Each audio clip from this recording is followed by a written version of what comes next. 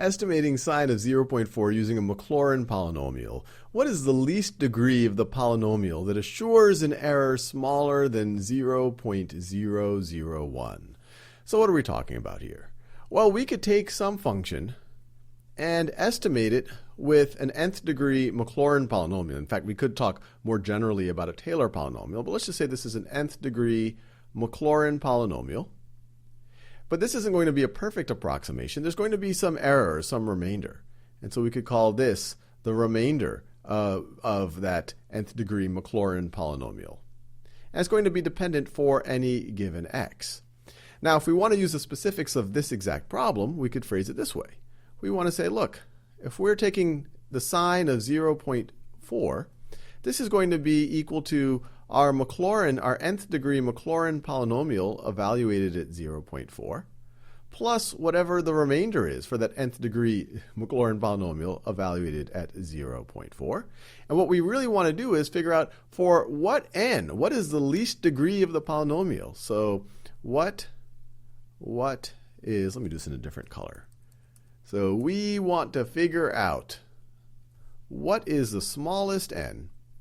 What is the smallest n such that the remainder of our nth degree Maclaurin polynomial evaluated at 0.4 is less than this number, is less than 0.001.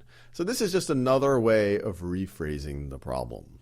And the way that we can do it is we can use something called the Lagrange error bound, and we have other videos that prove it. This is often also called Taylor's remainder theorem. And I'll first write it out, and I'll try to explain it while I write it out, but it'll actually become a lot more concrete when we work it out. So Taylor's remainder theorem tells us, or Lagrange error bound, tells us that if the n plus 1th derivative of our function, so this is our n plus 1th derivative of our function. If the absolute value of that is less than or equal to some m for an open interval containing where our polynomial is centered, in this case it's 0. We're going to use the Maclaurin case. So it's containing 0 and the x that, or 0 and x, the x that we care about in this particular video is 0.4, but I'll say it in generally for any x.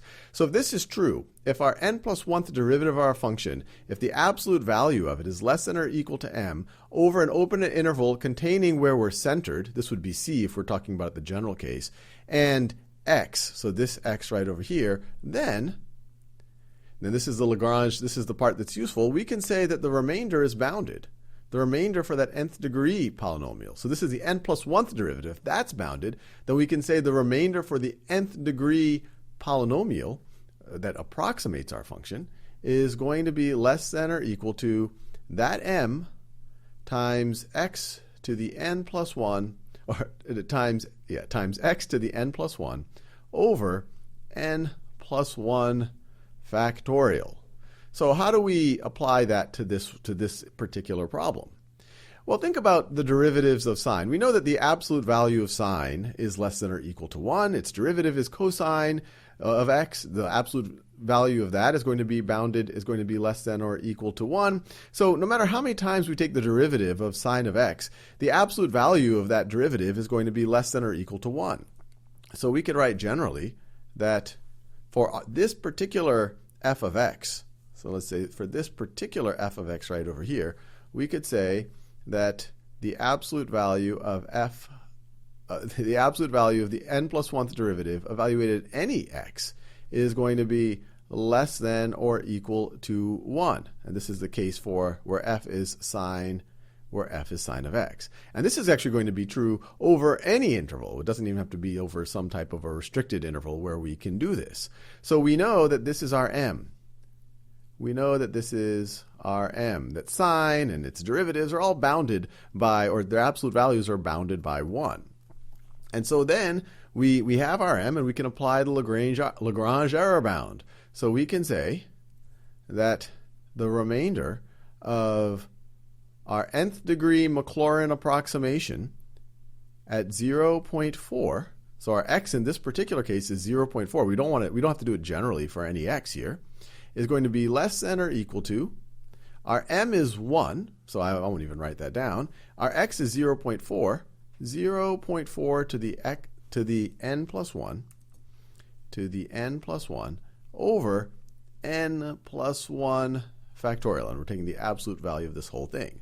This is Lagrange error bound.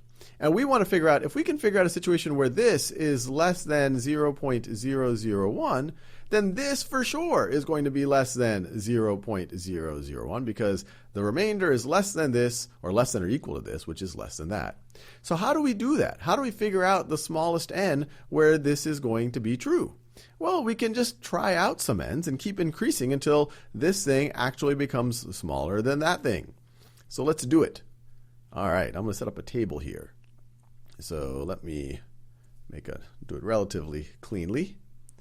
So let's do, this is going to be our n, and then this is going to be 0.4 to the n plus 1 over n plus 1 factorial. So let's try it when n is equal to 1. Well, then this is going to be 0.4 to the 2, so it's 0.4 squared over 2 factorial. This is 0.16 over 2, which is equal to 0.08. That's definitely not less than 1,000th here. So let's try n equals 2. When n equals 2, it's going to be 0.4 to the third power over 3 factorial. And that's equal to, what is that? I'm going to need 3 digits behind the decimal. 0.064 over 6. Well, this is a little bit more than 0.01. So this isn't, where our n isn't large enough yet.